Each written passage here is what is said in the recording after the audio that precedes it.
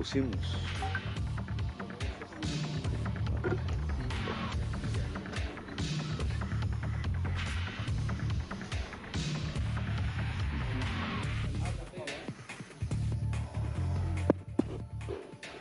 Hola, hola.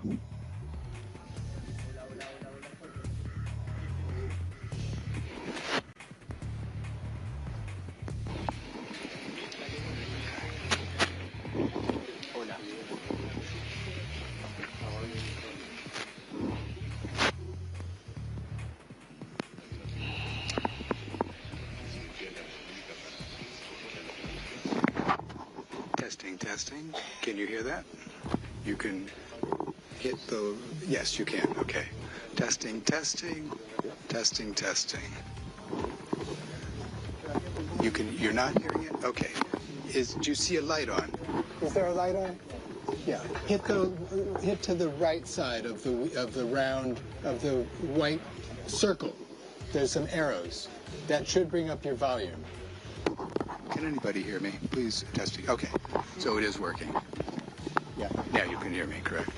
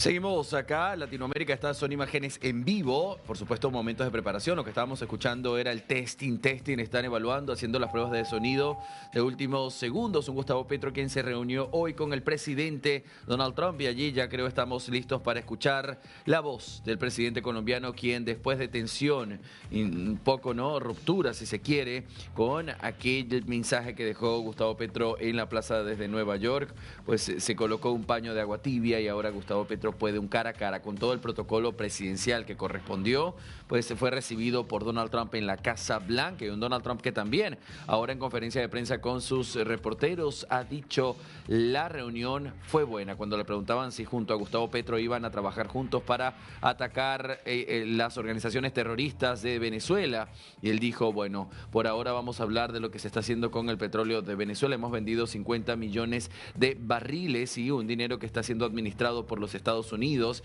para que vaya a quienes correspondan en Venezuela y por supuesto una ganancia también para los Estados Unidos. Así que estamos listos, Latinoamérica, para escuchar en segundos nada más a Gustavo Petro. Nos quedamos acá.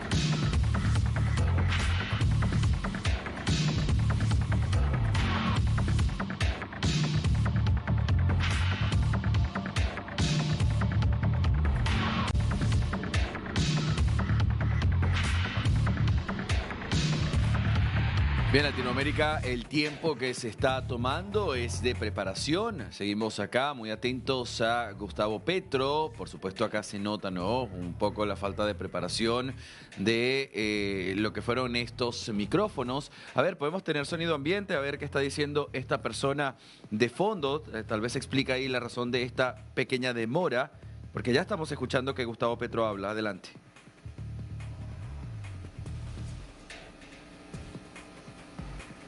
A ver, no tenemos el sonido de Gustavo Petro. Ahí lo recuperamos. Momento de profunda tensión entre los Estados Unidos y América Latina en general,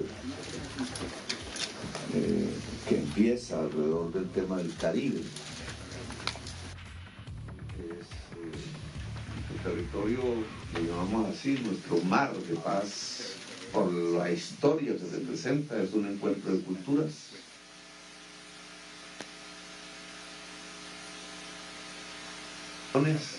Y revoluciones, y en mi opinión es el sitio geográfico donde alguna vez volverá a haber un renacimiento, precisamente por la fuerza cultural que representa unas unidades de la humanidad diversa que han llegado allí, porque con nuestro país, con Venezuela, con la misma Ecuador, que aunque no tiene Caribe está cerca, con Panamá, Centroamérica, etcétera, las islas antillanas, grandes y pequeñas, somos el corazón del mundo. Cualquier ubicación del mapamundi, con América en el centro, muestra que el punto más equidistante geométricamente, el más corto entre todos los continentes, somos nosotros. Y en esa medida no somos una especie de lejanía aparte, sobre la cual no sucede mayor cosa, sino somos como el ojo de un huracán, de los muchos que se producen en el Caribe. Y ahora lo estamos viendo en la práctica. Un mundo que después de pasar por el genocidio en Gaza, que aún no ha terminado ni ha sido juzgado, su ojo del huracán se desplaza al Caribe, casi de la misma manera, golpea Caracas y amenazaba a Colombia, el centro del mundo. Y eso hace temblar todo el mundo, porque es el centro del mundo. No solo geográfico, sino vital. Porque si algo caracteriza a nuestra antigua Gran Colombia es que somos potencia mundial de biodiversidad natural e humana. Por eso los acontecimientos son importantes y me parece muy positivo que la reunión de esta mañana pues haya salido con un aire optimista y positivo. ¿Qué siento yo de lo que vi y de lo que sentí? Confusión alrededor de la realidad que acontece, por ejemplo, en problemas como el narcotráfico, como la energía, líneas diferentes, indudablemente, de ver el problema, algunas agresivas, otras más posiblemente construibles entre todos. Nos agarramos de eso, que nos junta, no que nos separa. E incluso en mi primera frase, cuando encontré al presidente Trump por primera vez en mi vida, porque no lo conocía, mirando las fotos de los presidentes de Estados Unidos, es que nos junta, estaba Lincoln ahí en la foto, la libertad.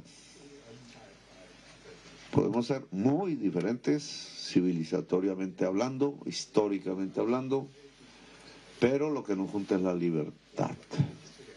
Y ahí comenzó la conversación. Se puede hacer un pacto por la libertad, se puede hacer un pacto por la vida. Vida y libertad hoy van juntas. Y sobre eso es que nos podemos juntar. Pues esa fue la conversación. Y por eso vimos cómo reactivar a Venezuela, no simplemente cómo condolernos de lo que sucedió en Venezuela, que es grave, sino cómo podría ser una reactivación de Venezuela con la ayuda de Colombia en su frontera, en su vecindad, occidental para Venezuela, oriental, nororiental para nosotros. ¿Cuál es el papel de Estados Unidos allí? Si no es levantar sanciones, por ejemplo, concretamente. Y cómo dejar fluir allí, incluso con aporte de los Estados Unidos, unos flujos que ya se han construido desde hace mucho tiempo, que son comunes, una realidad, lo repetimos muchas veces, Colombia y Venezuela somos un mismo pueblo, una misma historia, y por tanto en los momentos más difíciles donde se pone en cuestión la existencia de nuestras naciones, dejarla fluir y juntarse y volverse poder como Bolívar pensó que podríamos ser. Y por eso allí hablamos del flujo de la energía, el flujo de las gentes, la necesidad de que eso se libere de cualquier coerción, las posibilidades que ya tenemos porque lo preveíamos antes con nuestras empresas de petróleo públicas, con nuestras empresas de energía limpia públicas. Incluso pude contar algo que quizás no se sabía, y es que desde el norte de La Guajira, desde La Guajira misma, podemos tener energía limpia, eólica y solar, para toda Colombia, para toda Venezuela, y aún nos queda para exportar. Que una empresa de Estados Unidos se atrevió con nosotros a construir la planta más grande de hidrógeno verde de América Latina y está lista para exportar.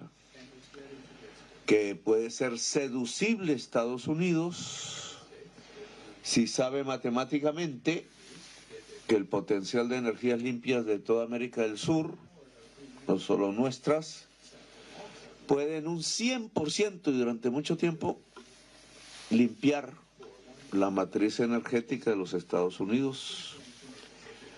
Y ese paso sería indudablemente un paso, ese sí, no un gesto apenas, sino un hecho científico, económico e histórico real de superación del colapso climático que se avecina, producido por el modo de energía. Y sobre esa base se puede construir cualquier pacto en las Américas. El regalo que me dio del, ¿cómo se llama?, la gorra roja de por una gran América es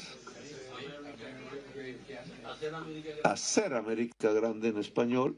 Y yo le puse con un esfero que había ahí, como una colección, le puse ese, hacer las Américas grandes. Y eso no se puede hacer sino sobre el respeto entre dos civilizaciones diferentes, porque América Latina es una civilización diversa en sí misma, y la civilización que aquí se ha venido construyendo también a través de una historia diversa y difícil, como todas las historias, y que eso se llama un pacto por la vida. Exactamente, es un pacto por la vida, y solo la libertad puede crecer en la vida misma. Entonces creo que ese es un paso pequeño, pero distensiona la posibilidad de una gran hoguera humana y vital, precisamente en el corazón del mundo. Y ahí la importancia de la reunión. Ahí dejaré. Gracias, presidente. Hemos hecho una selección de medios que van a preguntar, entre medios de Colombia y medios internacionales. Les pedimos que las preguntas las podamos hacer rápidamente para que el listado tanto de medios colombianos como de medios internacionales pueda llegar a su término. Así que voy a ir mencionando quién pregunta y quién se prepara para que el personal del auditorio nos ayude a llevar el micrófono rápidamente hacia donde se encuentra el periodista. Iniciamos con Paola Toro de Colombia Noticias RCN.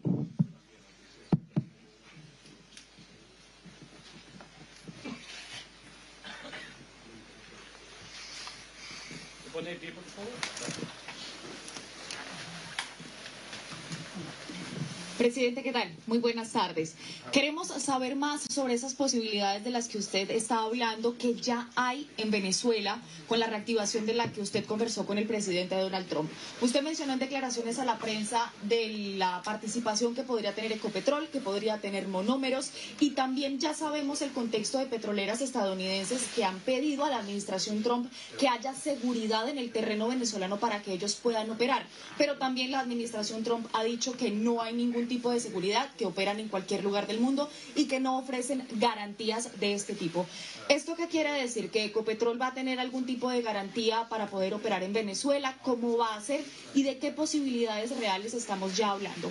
Y en segunda instancia, usted también conversó sobre la situación entre Colombia y Ecuador con el presidente Donald Trump y ha pedido que sea él quien medie en medio de Daniel Noboa y de usted mismo. ¿Cuándo empezaría esto? ¿Ya hay alguna fecha de pronto prevista para una reunión entre ustedes, entre delegados de ambos países, o que sea una lucha en los tres frentes contra el narcotráfico? Gracias.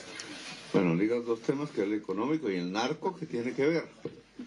Porque lo que puede desestabilizar las dos fronteras colombianas, en mención por usted, Venezuela y Ecuador, agregaría otras, agregaría las del mar, Haití, Panamá, República Dominicana y otras, es el narcotráfico. Y es un tema específico y que tiene que ver con la economía. Indudablemente, entre más se reactive económicamente el nororiente colombiano, el norte colombiano y el occidente venezolano, menos narcotráfico. Entre más se reactive el sur colombiano, sur occidente colombiano y el norte de Ecuador, más tendremos la opción de cerrar las puertas del narcotráfico. Hay un juego que hay que implementar básicamente. Si la gente no tiene con qué comer, no tiene otras opciones en las selvas, en las montañas y en lugares donde no llega una carretera, donde para transportarse duran 12 horas para sacar un producto agrario legal a un mercado, pues lo que habrá es narcotráfico. Y entonces en los dos rieles hay que actuar. Ya hablé de cómo se puede articular, que no es cómo Ecopetrol entra a Venezuela, ese es un tema posterior quizás. De hecho, quien está en Colombia es Venezuela, porque Monómeros es propiedad de Venezuela, pero su planta está en Colombia. Lo que se trata es cómo se articula en la misma frontera. Es que es ligar unos tubos, hacer así, chin, chin, chin, así como haces en tú, no debo decir chin, chin, porque... Pero no es sino hacer como en tu casa los plomeros, se cierran los tubos y pasa el gas. O puede pasar petróleo relativamente fino y se refina en nuestro país, o puede seguir hacia puertos, y deben ganar los tres países, Venezuela, Colombia, y hacia donde se venda ese tipo de mercancías. Y en eso, digamos, las propuestas están en la mesa de los Estados Unidos. Están desde hace años en las mesas de Ecopetrol. Yo mismo, siendo alcalde hace como 10 años, las vi. Y estuvieron siempre también en la mesa de los gobiernos de Venezuela. No es sino actuar. Hoy te podría decir que es cuestión de días que nosotros podríamos ofrecer energía eléctrica a Venezuela.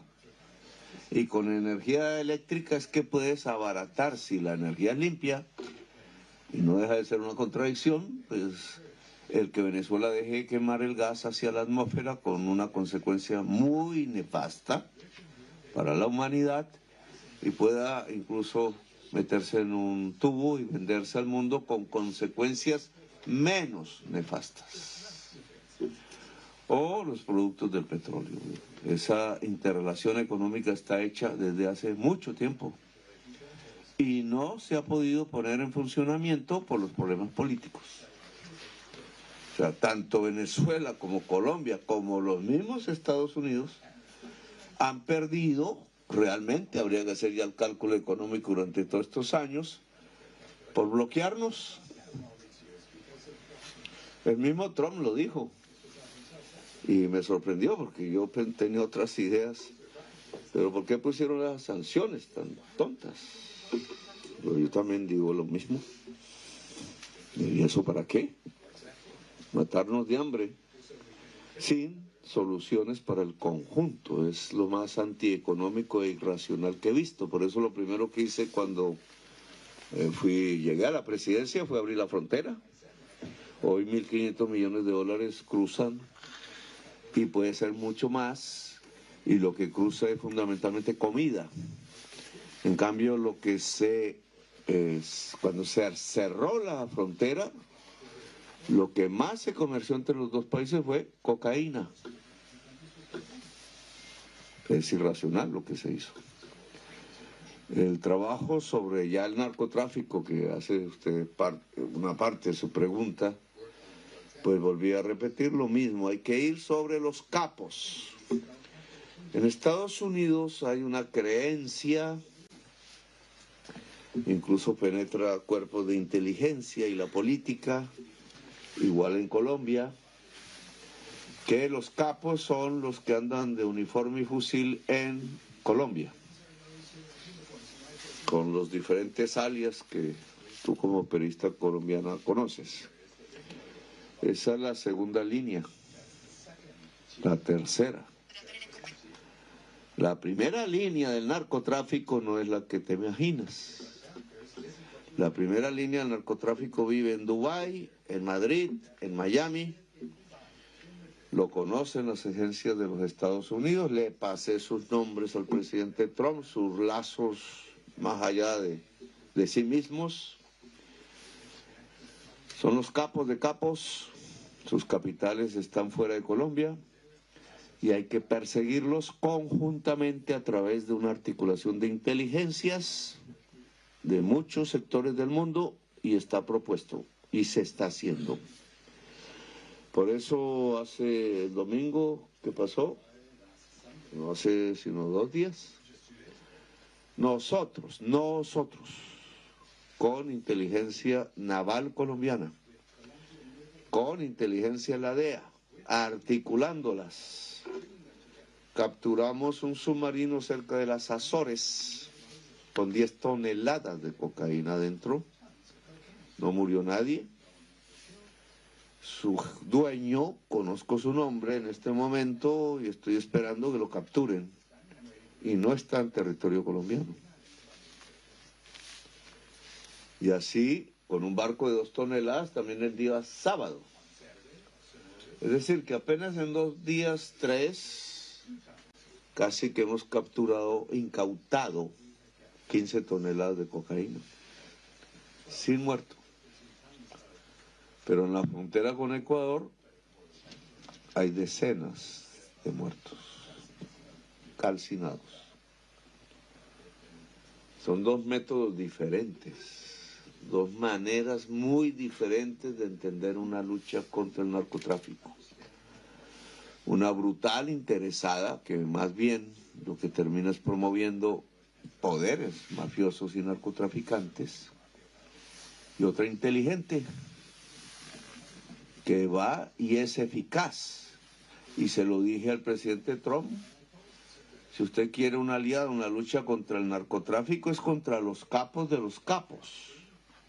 Le mostré los videos de cómo los campesinos, hoy por miles, y aquí está la responsable del programa, Gloria, que te puedes presentar, levántate un poco. Está logrando que miles de campesinos arranquen ellos mismos de raíz la hoja de coca, la mata de la hoja de coca. Y esa es la manera más eficaz de erradicar. Lo demás es mentiras, porque cae un veneno encima de las hojas, no acaba la vegetación, la mata, la especie, y vuelve y nace más productiva. Y temas así que las trae es la experiencia misma, que en Colombia es altísima, y que se junta con el mundo y se quiere ofrecer al mundo, y cuando se junta con inteligencias también con experiencia, somos eficaces. Por eso mi gobierno es el que más miles de toneladas de cocaína ha incautado en toda la historia de la humanidad.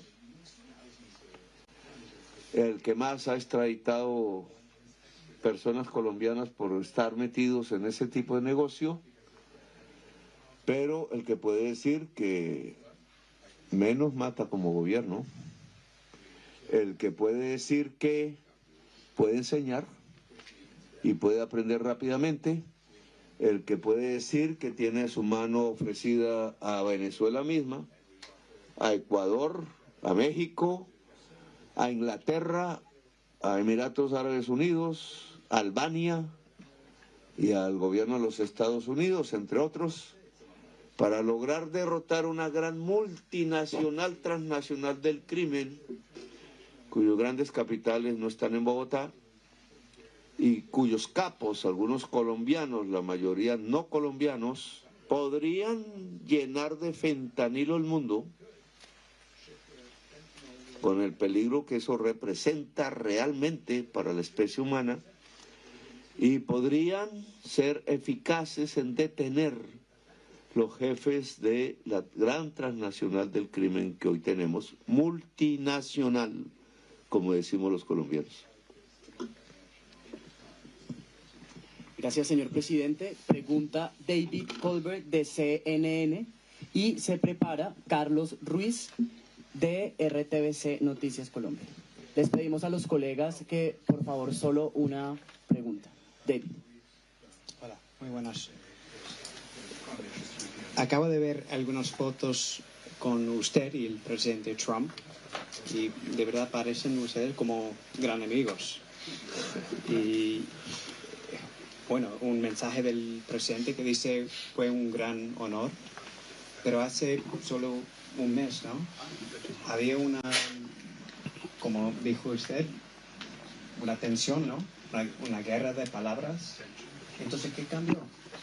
In English, if I can, just briefly. If you look at the photos, it seemed that you and President Trump are great friends, that there are no differences between the two of you, and yet, when we go back just a month, as you mentioned, there was a real tension between the two countries. So my question is, what changed? Creo que con algo de optimismo, sobre todo América Latina, que es donde primero tiene efecto este tipo de noticias, y yo creo que más lejanamente el resto del planeta, pueden ver otro camino. Hace un mes nomás, yo me remontaría cuando estuve en la Asamblea de Naciones Unidas en Nueva York, el año pasado. Lo que había era prácticamente ya la cercanía de una guerra total. Yo mismo me atreví a proponer en Naciones Unidas, bajo la inmunidad del Tratado de las Naciones Unidas, que parecía que no quedaba otra alternativa que construir un ejército de salvación y entrar a Palestina a defender Gaza. Eso obviamente fue recibido por quienes están desde otro punto de vista mirando el problema como una agresión, y no lo es. Si usted observa bien qué pasó en esos días siguientes, no por mí, no por lo que dije, sino por la realidad de la tensión mundial ante un genocidio, es que salieron multitudes en Europa y en Estados Unidos y en muchas ciudades del mundo, incluida Bogotá, Medellín, donde golpearon a nuestros manifestantes. Pero en el mundo salieron multitudes. Las palabras dichas en la Asamblea de Naciones Unidas por muchísimos dirigentes que fueron mostrando, incluidos europeos de la OTAN, que la salida del genocidio estaba aislada en la humanidad, se acompañó por multitudes en Europa, en América del Norte, en América del Sur, en Asia, etc. Palabras y multitudes. Y lo que había era dólares y misiles. En cuestión de días cambió. Y el mismo Trump le dijo a Netanyahu no más. Claro que tenemos que discutir mucho de lo que ahora acontece en Gaza. La solución no está ahí, pero ya no la lluvia de bombas que había antes. Y los centenares y centenares de niños que a diario morían asesinados. Sigue el debate y sigue, y no voy a ahondar en esto porque no fue el tema de la conversación, pero muestra cómo en días puede cambiar el mundo. Decía un periodista neoyorquino muy famoso a principios del siglo XX. Entonces, lo que estás viendo ahora obviamente no tiene la misma importancia. La vi mucho en los días que siguieron la Asamblea de Naciones Unidas, Hoy hay un debate mundial para todas las civilizaciones del mundo. ¿Cuál es el papel de Europa? ¿Cuál es el papel del mundo árabe? En este momento, ¿cuál es el papel de Naciones Unidas cuando nos acercamos a una nueva elección de secretario general o secretaria? ¿Cuál? ¿No mostró incapacidad? ¿No es necesario una reforma? ¿Vamos camino a la barbarie sin Naciones Unidas o vamos camino a algo superior a Naciones Unidas que congregue más la hermandad humana, el diálogo de civilizaciones? Son temas que aquí no, ni era la reunión para discutirlas, pero abres esos caminos. El presidente de Estados Unidos recibió en su casa a un presidente latinoamericano, no soy el primero, no seré el último, y hablamos de problemas concretos y de caminos conjuntos para solucionarlos. Él no cambió de manera de pensar en muchos temas, yo tampoco, pero es que ¿cómo se hace un pacto? Un pacto no es entre hermanos gemelos. Un pacto es entre contradictores que pueden encontrar los caminos de una hermandad humana. ¿Y se puede hacer en días? Sí, yo vi hacer la paz en Colombia, yo mismo fui protagonista en 3 horas. Y me volvió presidente de Colombia. Presidente, muchas gracias. Pregunta Carlos Ruiz de RTBC. Se prepara Karen de Jong de Washington Post. Gracias, señor presidente. Pues yo entiendo perfectamente que usted no vino a hacer una gestión personal, pero el hecho de que usted salga optimista, positivo de esta reunión con el presidente Trump, ¿cree que el presidente Trump cambió de opinión frente a lo que pensaba de usted hasta el punto de que, por ejemplo, lo va a sacar de la lista Clinton, de la lista OFAC? Yo no pregunté eso. Usted sabe, conoce mi vida y sabe que buena parte de mi juventud no ha necesitado ni de bancos ni de chequeras. Eso no me preocupa mucho. Sí le dije que es entre libres. Y uno no puede actuar bajo chantajes. Haz esto, si no pasa esto, no, ni por, nosotros decimos, ni por el chiras. No actuamos bajo chantajes. Y las fotos, creo, y el ambiente de la reunión, creo, demuestran una reunión entre tú y tú, entre iguales, que piensan diferentes, sí, con poderes diferentes, obviamente, pero capaces de encontrar caminos comunes, punto. No personales. Ni él me habló de sus negocios, ni yo de los míos, que no tengo, pero sí lo invité a Cartagena, que le dije que era un lugar muy chévere y bello para estar y vivir. Pero en relación a lo que usted dice, no hablamos de eso. Las consecuencias son lógicas desde el punto de vista personal. Y, digamos, no me hice elegir para ver si me va mejor o peor como individuo. Presidente, muchas gracias. Pregunta Karen de Jong de Washington Post. Se prepara Catherine Ávila de Blue Radio.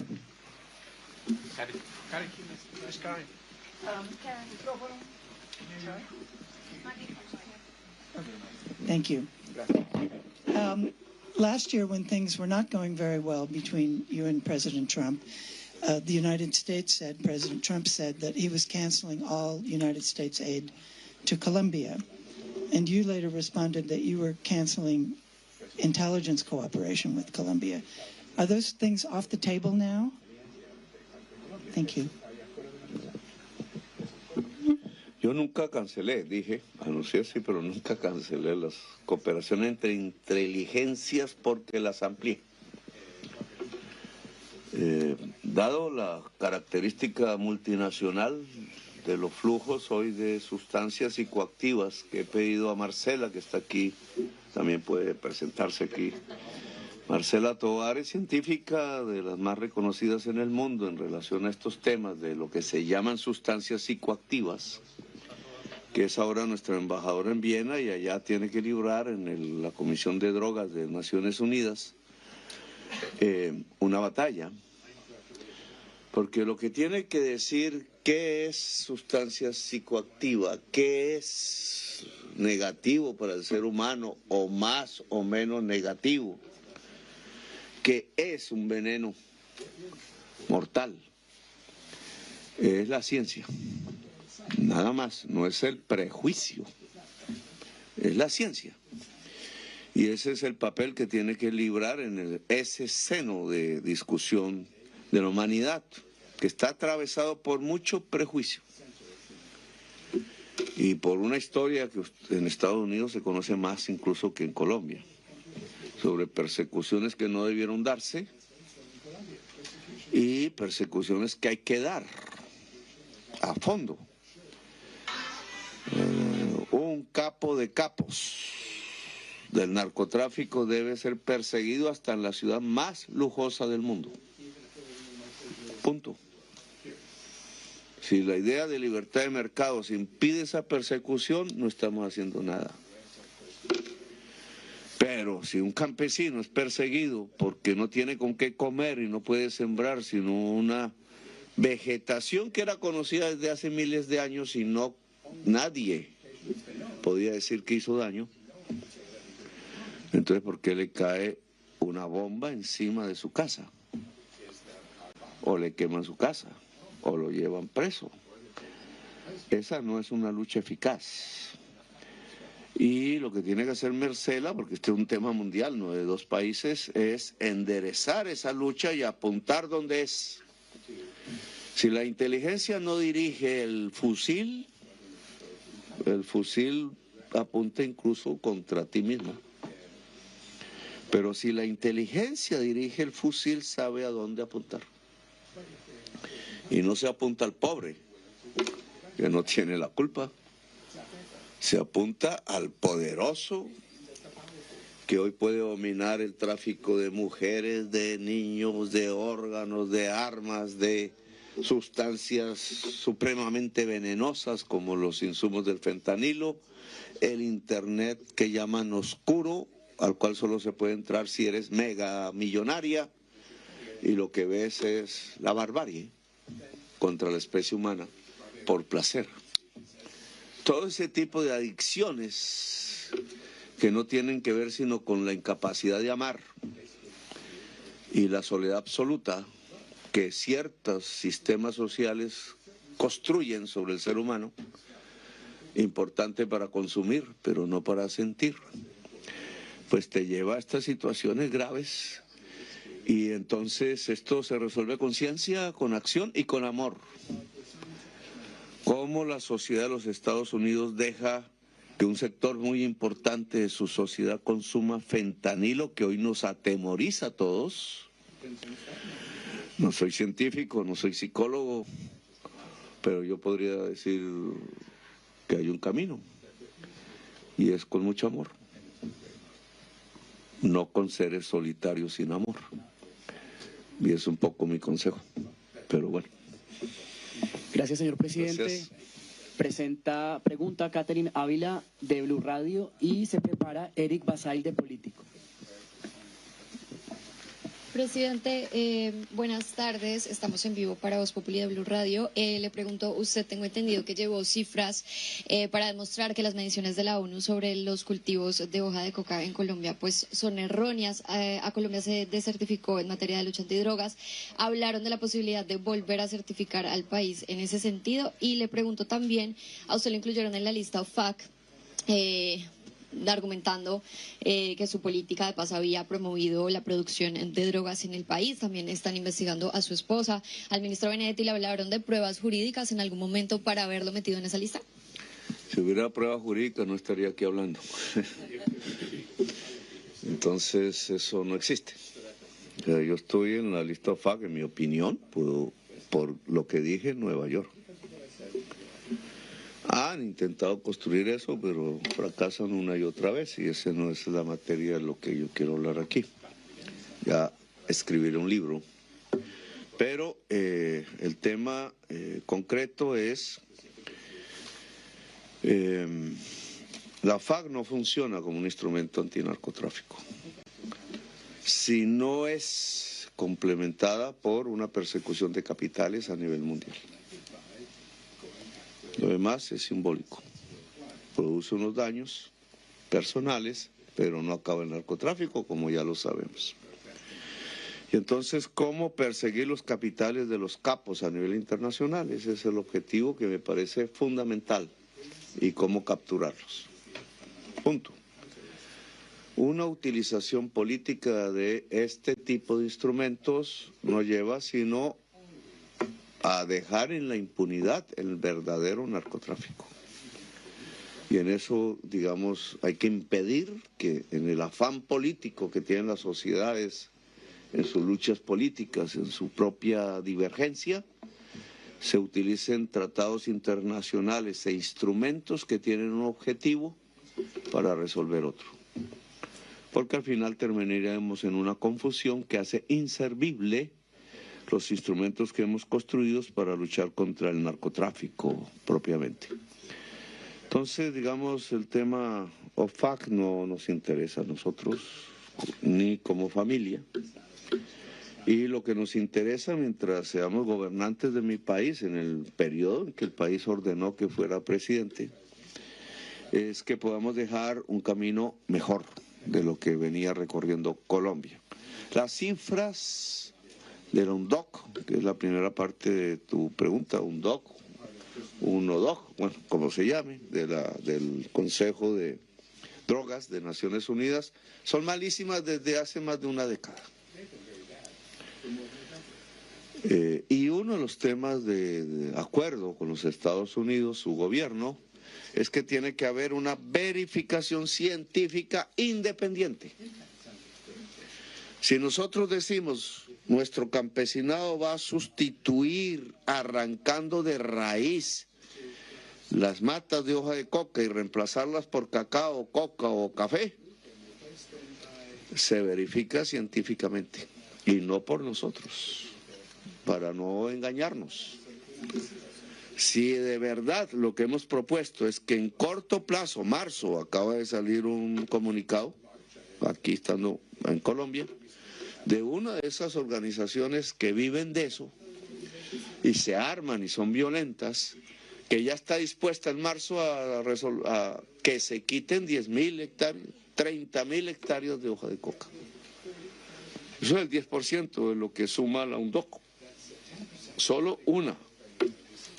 Yo lo que quiero apenas regrese a Colombia es ni siquiera que lo digan organizaciones armadas, sino desatar un movimiento campesino, social campesino, que se libere con o sin permiso de cualquier organismo armado que aparezca ahí financiado precisamente por la cocaína, sus dueños, porque la cocaína no financia, sino los dueños de la cocaína. Es que Colombia pueda decir, es que estamos a un paso de ello, que nos desnarcotizamos en nuestro sistema económico y que el mundo ojalá compre café colombiano, cacao, coco y productos industriales de Colombia, y que ese es el camino para que no se siembre más hoja de coca con fines mercantiles en el mundo. Hoy ya tienes una noticia de una de esas regiones en el sur, en la frontera con Ecuador, que dice somos capaces hasta marzo, de aquí a marzo, de quitar 30.000 hectáreas en Nariño y Putumayo, frontera con el Ecuador. Verifiquemos. No digo que creamos. No. En marzo se verifica. Y si uno de ellos está preso, se va a las cárceles de Estados Unidos por mentir. Pero si llega a ser cierto, Colombia ha descubierto un camino pacífico para erradicar los cultivos de hoja de coca y puede ser mostrable a los países que tengan ese problema y a quienes consumen. Pues Colombia no consume cocaína, los porcentajes son mínimos, ni fentanilo, ni produce fentanilo. Los consumidores en gran número, en donde estén, sus gobiernos tienen que analizar el porqué del consumo. ¿Qué lleva un ciudadano o ciudadana, joven a veces, a perderse en el mundo del fentanilo? ¿Por qué se suicida y por qué hay suicidio en masa? Tema en el que no me puedo meter porque yo soy el presidente de Colombia y no de otras regiones del mundo. Gracias, señor presidente. Pregunta Eric Basail, de Político, y se prepara Luis Eduardo Maldonado, de Caracol Noticias. Muchísimas gracias, muy buenas tardes, señor presidente. En cuanto a la desertificación de Colombia, articuló el presidente o el secretario Rubio algunos datos, algunas cifras, algunas metas que tiene que lograr Colombia antes de que cambien la designación en la lista de majors. Muchísimas gracias. Yo no conocía personalmente a Rubio. Había ahí algunas personas que conocía, una y la mayoría no. Pero la conversación fue con Trump. Básicamente eso, y de lo que dijo Trump en la reunión es que él no cree en sanciones. Que no las ve en este caso particular. No las ve racionales. Y yo creo que tiene razón. Es lo mismo que yo pienso. Este no es un camino de sanciones, este es un camino de libertad. Eso me enseñó Simón Bolívar y creo que enseñó aquí también Washington. Este es un camino de libertad y es sobre la base de la libertad que se construyen las verdaderas soluciones. Lo demás no construye sino un camino en donde no queda sino el explosivo, la bomba, los muertos y la sangre. Bueno, gracias. Gracias, señor presidente. Gracias. Pregunta Luis Eduardo Maldonado. Todavía. Maldonado me puede preguntar en Bogotá. ¿Cómo me va a dejar por fuera, presidente? Semejante viaje me deja por fuera. ¿Cómo? No, presidente, yo quiero, usted está hablando de Ecuador. Su solicitud concreta, su petición al presidente Trump, ¿cuál es? ¿Lo quiere poner a trabajar para superar esta guerra económica con Ecuador? Pero el papel de él, ¿cuál sería? Y podemos entender con todo lo que han dicho, porque es que el presidente Trump habla maravillas de usted, firmó mensajes muy positivos, usted está hablando muy bien de él. Aquí nace una nueva era diplomática, política y económica de los dos países, ¿con alguna condición? Yo creo que nace un camino, sin caer en vanidades, ¿no? Porque usted sabe que la soberbia es mal, compañero. Y la codicia peor, la codicia mata la vida. Pero aquí nace es un camino, o se fortalece, porque nunca ha desaparecido en realidad. Nace un camino en donde gente diferente, regímenes diferentes, maneras de pensar diferentes, poderes diferentes, porque tenemos nosotros un poder, solo que es diferente, se pueden encontrar. No hay necesidad de boxear, no nos golpeamos, no nos arruñamos, nos sonreímos. I like you, me dijo él. Yo conozco poco el inglés, entonces pues ahí me toca, me traduzcan, pero y me comprometo a aprender inglés después de que salga la presidencia, porque tendré tiempo, pero es un camino diferente, un encuentro entre diferentes, sin humillaciones de ningún tipo, en donde tratamos de encontrar unas soluciones de acuerdo a la experiencia entre dos naciones, alrededor de problemas concretos. El futuro, la hermandad humana, si las Naciones Unidas sirva o no, es algo que tenemos que encontrar para después. Pero el camino nos enseña que ese después se puede encontrar precisamente hablando, como son los seres humanos, cómo resuelven los problemas los seres humanos. A golpes queda sangre, venganza. Y en los pueblos latinos sí que nos perjudica ese ancestro de la vendetta. No, se solucionan hablando. No es la vendetta, es hablar. El único remedio contra la vendetta es el amor y hablar. Y hablando nos entendemos los seres humanos y eso es lo que hemos mostrado. Esto no es nuevo, es simplemente una nueva demostración de que se puede. Presidente, nos queda una última pregunta. Tema Ecuador, no me respondió Ecuador, presidente. Pregunta Tom Quería ir a una librería, pero ya. Vale. Tom Bateman.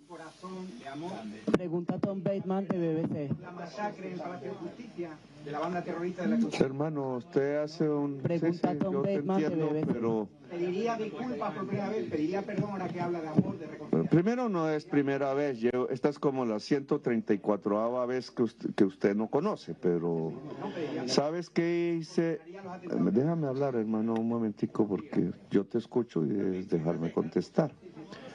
Pero una de las cosas que hicimos en la reunión, porque de eso se trata, no de quién mató a Jorge Eliezer Gaitán, no de quién asesinó 6.000 militantes de la Unión Patriótica, no de quién asesinó a Carlos Pizarro, no de quién me torturó a mí en la cárcel.